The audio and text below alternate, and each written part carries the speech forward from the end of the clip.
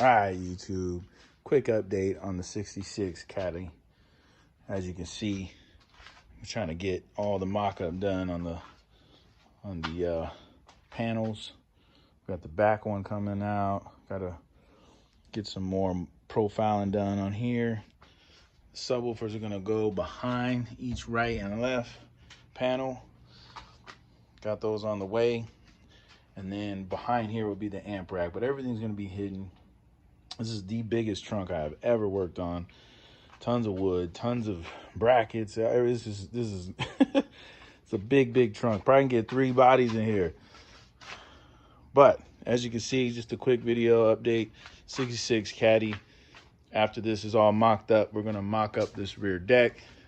Gonna have 6x9s and 2 6.5s in the rear deck. Total is gonna be 10 speakers in this bad boy. Yeah, it's gonna be nice, clean, loud. So stay tuned, click like, share, subscribe. You don't wanna miss the 66 Caddy. Oof, stay tuned.